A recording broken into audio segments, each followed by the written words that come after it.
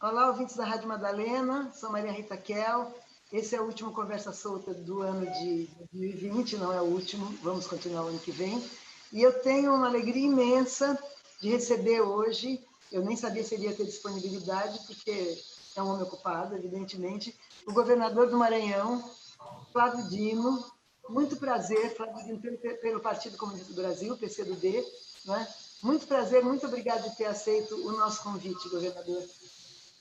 Eu que agradeço a gentileza do convite, uma alegria conversar com você, Maria Rita, e todos que estão nos acompanhando pela Rádio Madalena.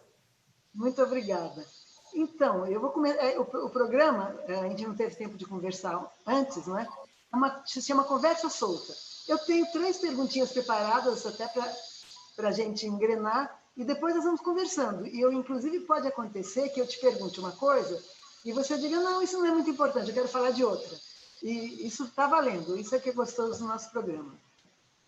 Primeira pergunta que eu já tinha preparada é o seguinte: o Maranhão, né, estado em que você governa, eu li que é o segundo município com menor índice de desenvolvimento humano do Brasil, né, o menor IDH do Brasil. Não sei se isso ainda é ou se essa informação é antiga. Caso ainda seja verdade, quais têm sido as políticas para enfrentar isso, que provavelmente é um desafio imenso para um governador? De fato, historicamente, o Maranhão tem esses indicadores negativos praticamente desde o início do século XX, quando se consolidou que o eixo mais dinâmico do capitalismo brasileiro seria no sul-sudeste.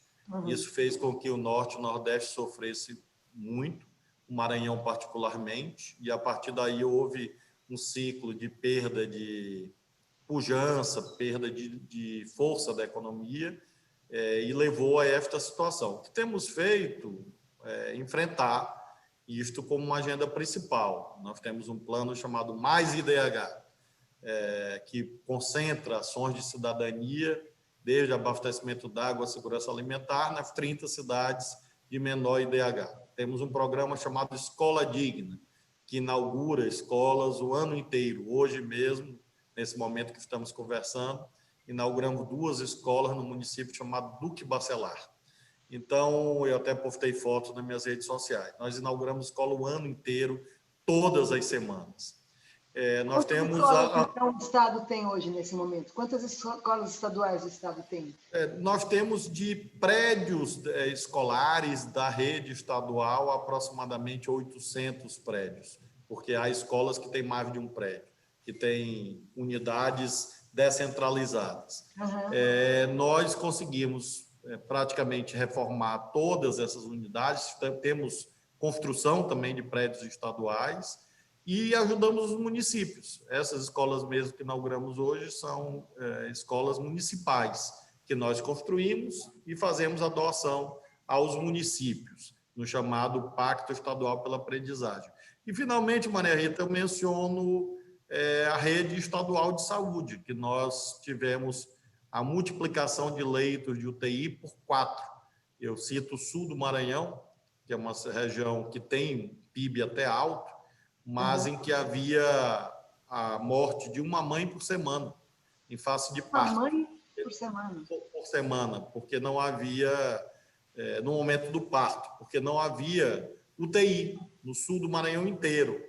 E então os vazios assistenciais eram dramáticos, e hoje nós conseguimos multiplicar por 4 o número de leitos de UTI, construímos uma rede estadual de saúde com 19 inaugurações de hospitais, de policlínicas, de maternidade de alta complexidade, preenchendo as várias regiões do Maranhão, de modo que eu tenho certeza que a tendência nossa nas próximas mensurações é de crescimento do IDH. Que bom. Acho que não podemos falar o mesmo de muitos e muitos estados brasileiros, né?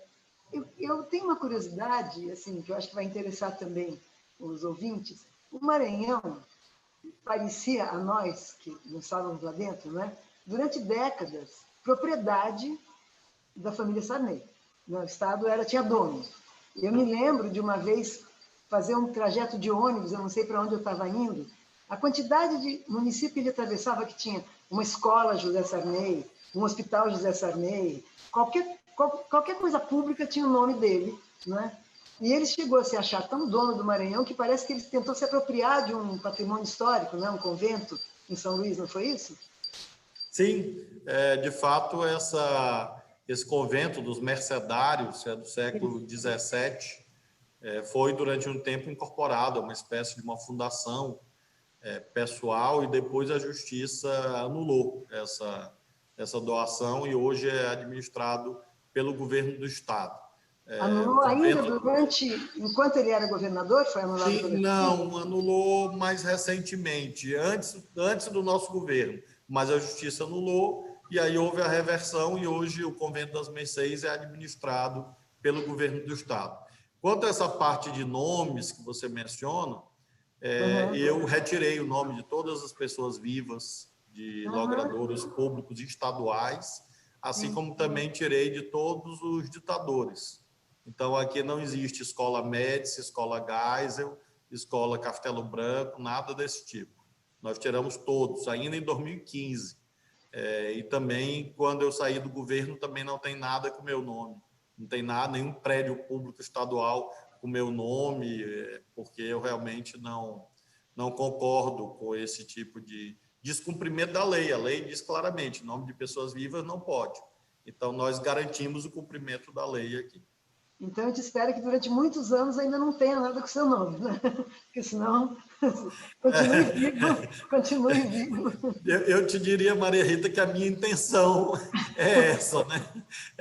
Infelizmente, eu não posso afirmar, mas a minha intenção é que não tenha, porque eu espero ainda ter alguns anos de vida para lutar pela causa que move a minha trajetória, que é a causa da justiça social, da igualdade.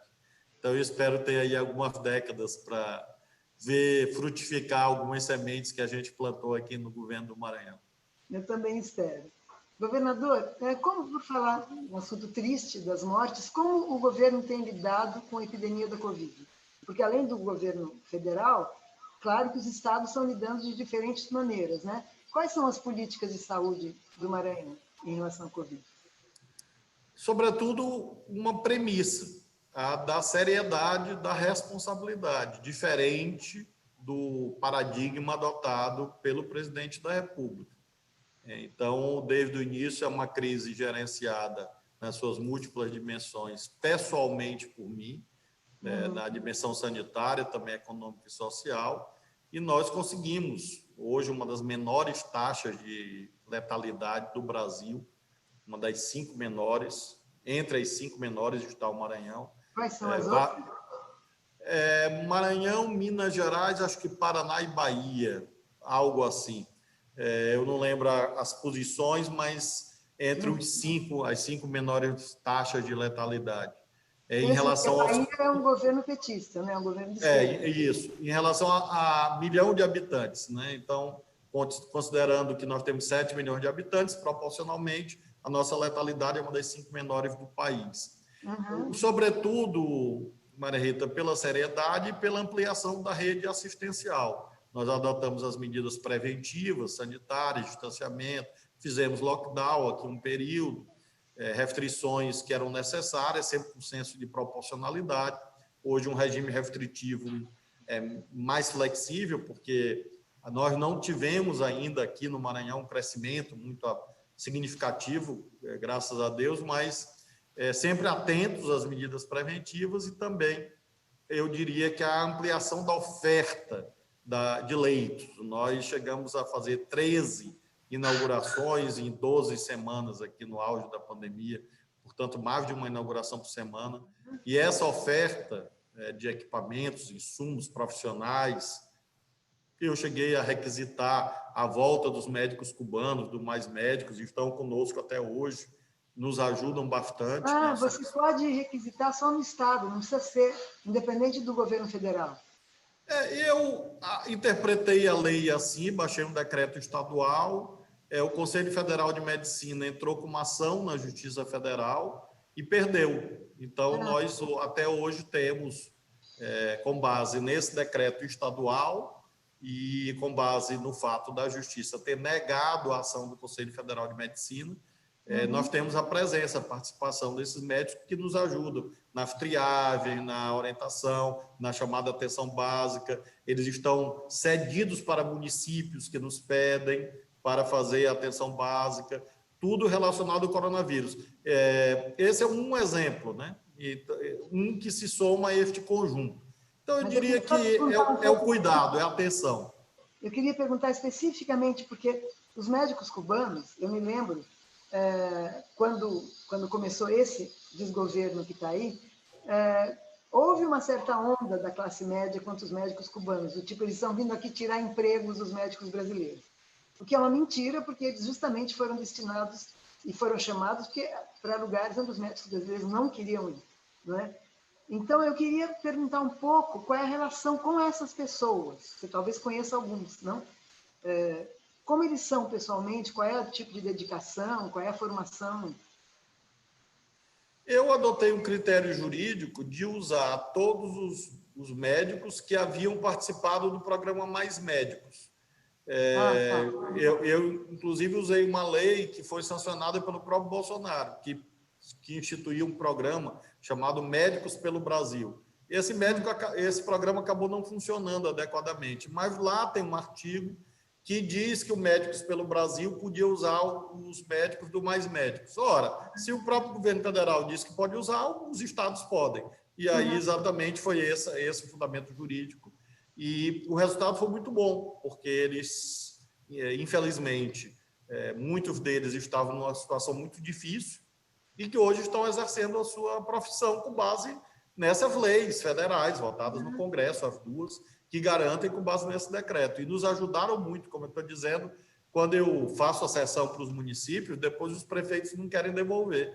E aí os prefeitos pedem prorrogação, eles pedem para ficar mais 2 meses, 3 meses. Eles estão vinculados ao coronavírus, por isso eles continuam trabalhando, enquanto eu espero que haja algum tipo de definição nacional sobre isso. E você veja, Maria Rita, que como a crítica é inconsistente. Eu, nesse mesmo período em que havia carência de profissionais, conversei com o reitor da nossa Universidade Estadual do Maranhão, que tem curso de medicina, para ele fazer um programa de revalidação de diplomas. Muito bem, o Conselho Regional de Medicina do Maranhão baixou uma resolução proibindo os médicos de participar da banca examinadora do processo de revalidação. Então, é realmente assim, uma situação insolúvel. Quem participou dessa banca? Quem participou dessa banca? Ninguém, parou o processo. Ah, tá, não é que... Parou o processo, aí nós estamos, a universidade, no caso, entrou na justiça para ver se destrava o processo de revalidação. E por que eu falo isso? Para mostrar como há, na verdade, uma inconsistência, uma incoerência, porque os mesmos que dizem que médico estrangeiro não pode, são os mesmos que barram o processo de revalidação de diplomas. Então, a gente chega à conclusão que não é algo que, de fato, esteja vinculado ao interesse da população. E sim, infelizmente, é uma visão que sei que é de uma minoria, mas essa visão ultracorporativista que não leva em conta as necessidades da sociedade. Bem, as visões corporativas, em geral, não levam, né? Deixa eu fazer... desculpa, eu esqueci de tirar o som do meu celular. Mudando de assunto, perdão. Estou só desligando isso aqui. Questões de povos originários no Maranhão. Indígenas, quilombolas...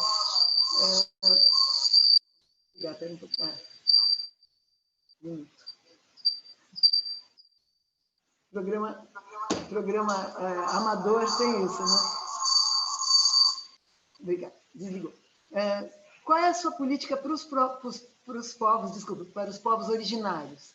Certamente no Maranhão ainda há remanescentes de indígenas, não? Muito, é uma comunidade muito expressiva. Os povos indígenas aqui no nosso estado têm grande representatividade. Eu criei uma coordenação estadual dos povos indígenas, chama COEP, que é um órgão do governo vinculado à Secretaria de Direitos Humanos, do qual participam todas as etnias. A partir dali, nós definimos as políticas e aí muitas ações, desde a presença de uma Força Estadual de Saúde específica para atender os povos indígenas. Nós fazemos ações em colaboração com a FUNAI, quando a FUNAI nos pede. Esse ano, nós realizamos dezenas de operações de proteção às terras indígenas, com policiais estaduais, 90 policiais militares cedidos para a FUNAI, para proteger as terras indígenas, sob comando da FUNAI, porque juridicamente todos sabem que é uma questão federal, uma competência federal, mas nós colaboramos.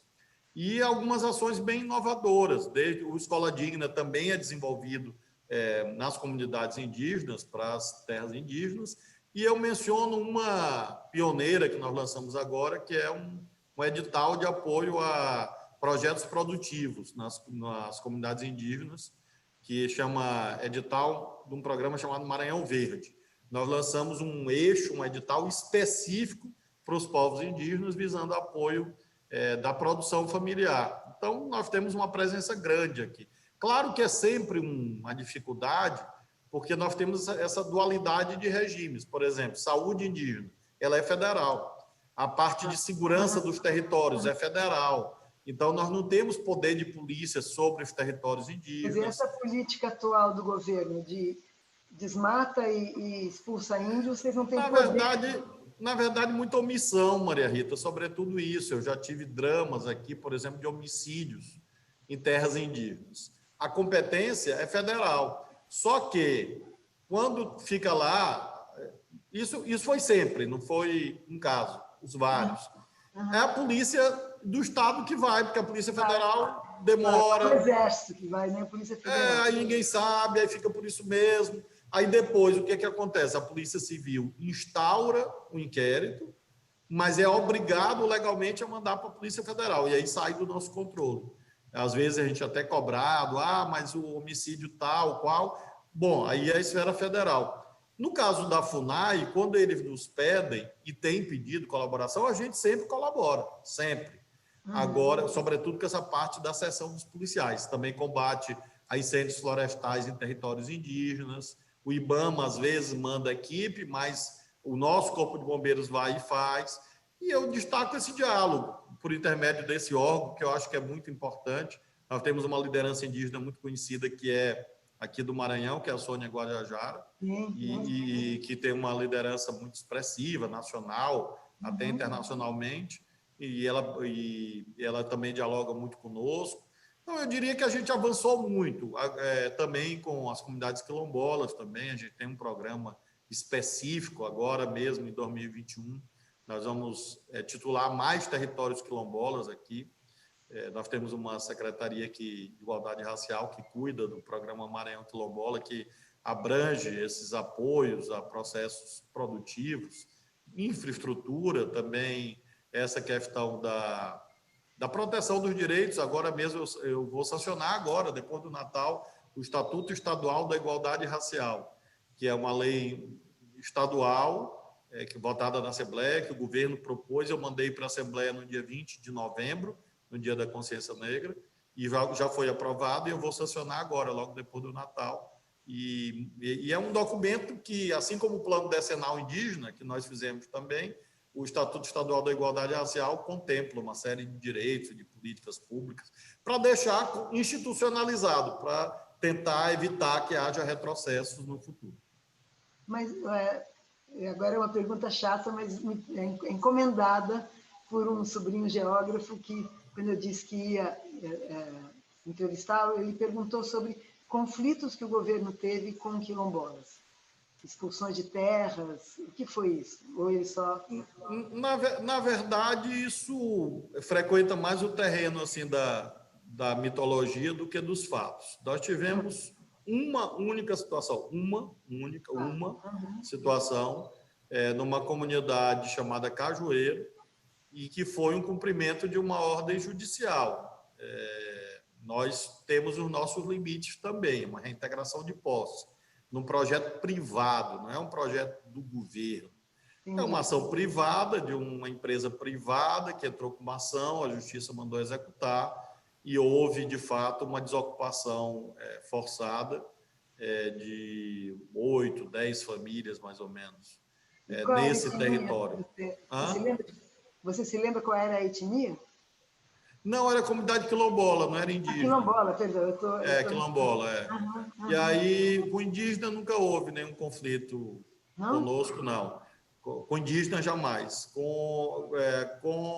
Bom, houve um outro indígena, mas não foi envolvendo o governo, né? Foi um conflito privado também, foi um conflito de poceiros com um povo chamado Gambela, numa cidade chamada Viana. Mas aí não foi envolvendo o governo, foi um conflito entre pessoas da sociedade. Também eram poceiros, não eram latifundiários. Era uma disputa que depois a própria comunidade lá encontrou uma solução de mediação, mas não envolveu a polícia. A única que houve foi essa da comunidade Cajueiro, aqui na ilha de São Luís, que era uma ação de reintegração de posse por ordem judicial. Mas, infelizmente, uma parte da... Do governador. Hã? Não foi uma decisão do governador. É claro que não. Agora, há uma parte da esquerda que, assim, eu chamo de esquerda por generosidade, né? Talvez nem devesse chamar, que tenta criar narrativas, versões, para tentar provar que a esquerda que governa é igual à direita. Algo muito estranho. O Lula e a Dilma foram vítimas disso também. Então, o Evo Morales foi vítima disso, Salvador Allende foi vítima disso. Então, eu estou em boa companhia, eu diria. Então, as pessoas pegam problemas reais, eu estou falando claramente, problemas reais que aconteceram, mas como se fosse uma coisa do governador e como eu tivesse inventado e etc., que são os limites da institucionalidade, que você está no governo, tem uma ordem judicial, chega um certo momento que a polícia vai lá e cumpre. Então, enfim, eu gostaria que isso ocorresse, mas a polícia, claro que não, mas a polícia não é do governador, a polícia é do Estado, e o Estado como aparato, que é governado por 3 poderes. Então, agora, infelizmente, acontece, houve até alguns órgãos de imprensa que proliferam fake news sobre isso. Os fatos são esses, rigorosamente esses, e de vez em quando aparece isso, eu lamento muito, mas eu digo sempre que a esquerda que a direita gosta. Na verdade, isso é só um comentário, não uma pergunta, mas quem sabe você também acrescenta outros comentários. Eu tenho a impressão que o Brasil, nós tivemos 2 ditaduras com uma diferença só de 19 anos, né, entre Getúlio e o golpe de 64, e essa durou 21 anos, e quando terminou não houve nenhuma reparação, não houve comissão da verdade, não houve julgamento dos torturadores, dos assassinos do Estado, não houve nada, né? Um jeitinho brasileiro ali, a tal da anistia dos 2 lados, não sei, depois, claro que se quiser comentar com uma visão diferente da minha, a minha visão é que aquilo foi um arranjo brasileiro desses de vamos fazer de conta que está tudo bem, né? E aí nós temos, claro, principalmente os jovens, eu acho, que não passaram por nada disso, e que têm, jovens de esquerda, né, que têm, com razão, uma intransigência maior, uma exigência maior. Às vezes acontece isso mesmo, quer dizer, em relação aos governos petistas também, que, afinal de contas, principalmente os governos Lula, fizeram o possível, né? Tiraram o Brasil do mapa da fome, legalizaram terras indígenas, teve um monte de avanços, né? O programas mais médicos, que teve estaduais, e as pessoas dizem, mas não fez isso, mas não fez aquilo, né? Como se esperassem que chegasse uma revolução socialista no Brasil, que não chegará, me parece, né? E as soluções reformistas de esquerda são, às vezes, um pouco desprezadas. Eu não sei se você recebe críticas dessa ordem, né? Devia ter feito mais, devia ter sido mais radical. Sempre. E é curioso que isso ocorra, porque isso não é o que está no coração da população. Pelo contrário, a população reconhece muito o que nós fazemos no caso do Maranhão, né? E esses setores supostamente mais de esquerda têm uma vinculação muito frágil com o povo, muito pequena mesmo. E talvez por isso, porque não leva em conta as condições reais da vida da população e como pequenas mudanças, na verdade, são gigantescas conquistas. O povo simples, humilde, sabe disso. O valor de uma escola, de um hospital, de um leito de UTI, de uma ambulância, de editais para agricultura familiar, de restaurantes populares que nós espalhamos no Maranhão todo para as pessoas comerem. Haviam 6, hoje são 54, quer dizer, nós praticamente multiplicamos por 10 uma rede de segurança alimentar que é a maior do Brasil. Então, são conquistas, sim, claro, porque São Paulo tem 59 restaurantes, nós temos 54. Aí, levando em conta a população, a nossa rede seria 5 vezes maior do que a de São Paulo, proporcionalmente. Então, eu sempre considero isso. Eu não me incomodo muito, Maria Rita, com a crítica e também nem com a intransigência, com o querer mais. Eu acho, pelo contrário, positivo. O que eu me incomodo é com a mentira. A mentira me incomoda, porque você veja mesmo esse tema de reintegração de posse. Nós tivemos aqui, nesses 6 anos, 600 ordens judiciais de reintegração de posse. 600 ordens judiciais de reintegração de posse. Foram cumpridas pela polícia 10. Então, em vez da pessoa falar das 590 que nós conseguimos evitar pela mediação, pelo diálogo, pelo recurso no judiciário e tudo, a pessoa se fixa nas 10. Mas as 10 são a prova que o governo é igual. Você sabe qual era a média no Maranhão antes de eu assumir o governo? 100 reintegrações feitas pela polícia por ano. Nossa. 100 por ano. Ou seja, nós saímos de 100 por ano para 10 em 6 anos. E aí, realmente, alguém achar que isso não é uma mudança, eu lamento, mas não é real, entendeu? E aí você acaba tendo que mentir, inventar, criar. Uma vez, um órgão de imprensa muito vinculado aos Estados Unidos, mas supostamente de esquerda, fez uma matéria criminosa, misturando tudo, inventando um monte de coisa, sem colocar os dados reais. E os dados reais são esses que eu estou dando. Esses são os dados, os casos de uso da polícia para reintegração de posse aqui no Maranhão. São tão poucos que eu lembro quais foram. Em 6 anos eu lembro. E olha que não foi por falta de ordem judicial. Ou seja, quando a gente pode mediar, a gente media. Agora, chega num momento que não tem recurso, não tem mediação, não tem conciliação, que foram esses 10, inclusive aquele que eu te falei. Chega um certo momento, a ordem judicial já tinha 3 anos. Chega um certo momento que você ou cumpre ou renuncia o mandato. Chega um certo momento, limite, que você chega, como nesse caso que eu mencionei do Cajueiro, as ordens judiciais tinham 3 anos. Não era 3 dias, 3 anos de ação na justiça. Chega um certo momento que o governo vai fazer o quê? Chega um certo momento que a institucionalidade impõe que a polícia vá lá e cumpra a ordem judicial. Isso acontece muito raramente. E claro que isso está vinculado ao debate do modelo de desenvolvimento, às ilegalidades, às grilagens, né? Que não dependem. Uma vez, Maria Rita, o MST veio aqui. E aí eu me dou muito bem com a MST, tenho uma relação muito cordial. Aliás, todos os movimentos do campo, todos, sem exceção, respeitam muito o governo. E o MST veio aqui, eles tinham soltado uma nota contra o governo um dia antes, criticando uma dessas 10 que houve, eles estavam criticando um lugar chamado Pindaré Mirim. E eles sentaram aqui comigo para tratar do assunto, inclusive a direção nacional do MST estava... Só uma coisa, Pindaré Mirim não é a região do Manuel da Conceição? Claro, é o glorioso Vale do Pindaré.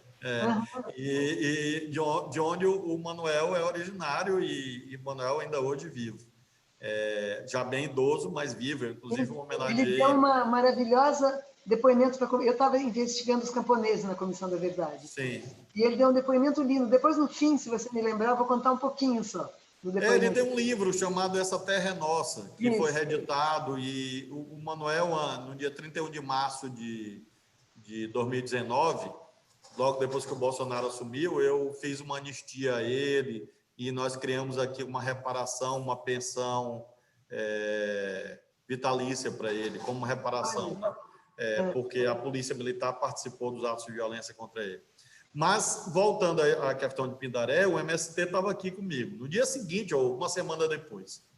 E eu disse, olha, não tem nenhum problema. O Estado foi lá, cumpriu, não tinha jeito, era ordem judicial, já havia tido recurso, enfim. Vocês soltaram uma nota criticando, normal. Eu só estranho que vocês não tenham criticado a justiça, o Poder Judiciário. Aí isso eu estranho. E isso, agora, ontem mesmo, eu tive uma longa reunião aqui com 2 bispos da Igreja Católica e advogados de movimentos sociais, ontem, e um dos temas tratados eram esses. Eu disse, minha gente, claro que o Poder Executivo tem um grande papel, mas tem que conversar com os outros poderes também, porque conteúdo de ordem judicial, da minha gramática democrática, não sou eu que defino. Eu não sou ditador, não sou coronel. Então, chegou um certo momento que vocês têm que ter também vinculação, diálogo com os outros poderes do Estado. E temos caminhado bem. Nós implantamos aqui em 2015 um órgão chamado COECV, que é Comissão de Mediação, Conciliação para a Erradicação da Violência no Campo. E é esse órgão, que é participativo com a sociedade civil, é que faz essas mediações. E como eu estou te dizendo, de 600 ordens judiciais, houve 10 desocupações com a força policial. Então, é um indicador de sucesso realmente extraordinário. E assim a gente vai avançando. Como você disse, são reformas democráticas que não constituem a totalidade do projeto de A, B ou C, mas é o que nós podemos fazer. Eu queria só contar um pequeno episódio do Manuel da Conceição e depois ainda tem uma última pergunta, se você tiver tempo. Claro. O episódio do Manuel da Conceição é que quando ele foi preso, nos anos 70, né, 80, 70, ele foi torturado. Né? Ele foi torturado e na tortura ele perdeu uma perna. Isso você sabe, eu estou contando para os ouvintes. Né? Na tortura ele perdeu uma perna e como ele era de uma igreja pentecostal, né? Ele é de uma igreja do ramo pentecostal, houve uma grita, ele que nos contou, eu não lembro qual é a igreja, mas houve uma grita nas igrejas, né? Inclusive a católica, etc., por causa disso, porque essa pessoa... E aí o governador, que era um dos vários mandatos do Sarney, ofereceu uma perna mecânica para ele. E ele disse, não vou aceitar. Foi o seu governo que tirou minha perna. Do seu governo eu não vou aceitar. E deixou a ficha suja do cara, quer dizer, ele não limpou a barra.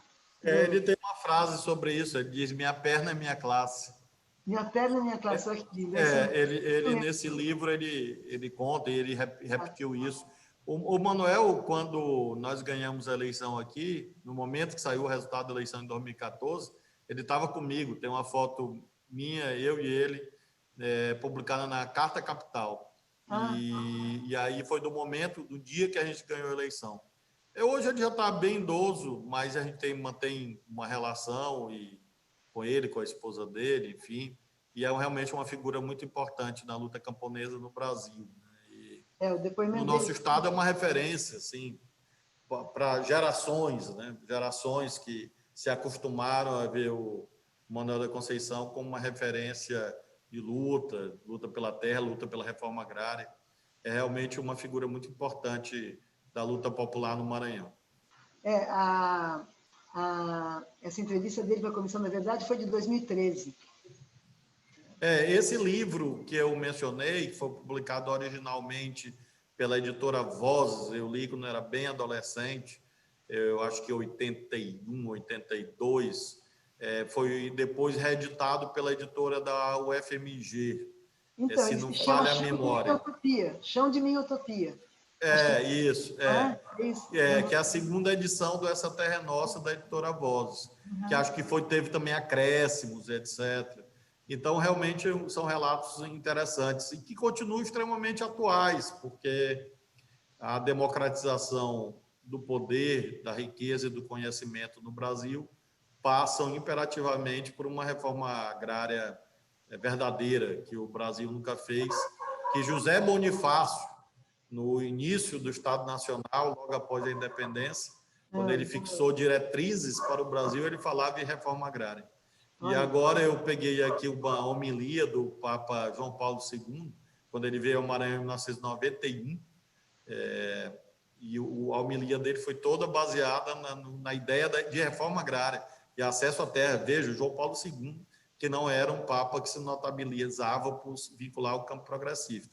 Então, essa variedade de interlocutores, quer dizer, José Bonifácio, pré-Marx, antes que alguém ache, é socialismo, né? Isso é antes de Marx, comunista. até João Paulo II, falando da necessidade da reforma agrária, o que mostra que essa é uma causa nacional, não é uma causa apenas da esquerda. E no Brasil, como você está vendo nesse governo, se tem algum andamento na questão da reforma agrária? Não, nesse caso, não há dúvida que a visão é de concentração, né? Concentração de poder, de riqueza e de conhecimento na mão de poucos. De terra, e isso abrange, sem dúvida, o abandono de todas essas políticas distributivas, entre as quais a reforma agrária. E o governo do Estado tem algum poder perante o governo federal para, por exemplo, proteger biomas, proteger a floresta, ou as políticas federais que forem de devastação e de expulsão, o governo não pode fazer nada? Depende da situação concreta. O que nós... porque depende, na verdade, de quem é a terra. Se a terra é privada, o poder do Estado é muito pouco. Se a terra é federal, nosso poder é nenhum. Mas nós temos as terras estaduais, aquelas que, por exemplo, a gente pode fazer a chamada regularização fundiária. Então, eu já defini o orçamento do próximo ano. Nós vamos, ano que vem, entregar praticamente 10 mil títulos de propriedade aqui no campo, né? E não para famílias de grandes fazendeiros, né? Não. É para regularização de poceiros, de comunidades quilombolas. Está tudo nesse planejamento de 2021. E nós já fizemos muito, são dezenas de milhares de títulos. E, sobretudo, esse apoio à produção familiar. Agora mesmo nós entregamos, durante a pandemia, 300 mil cestas básicas.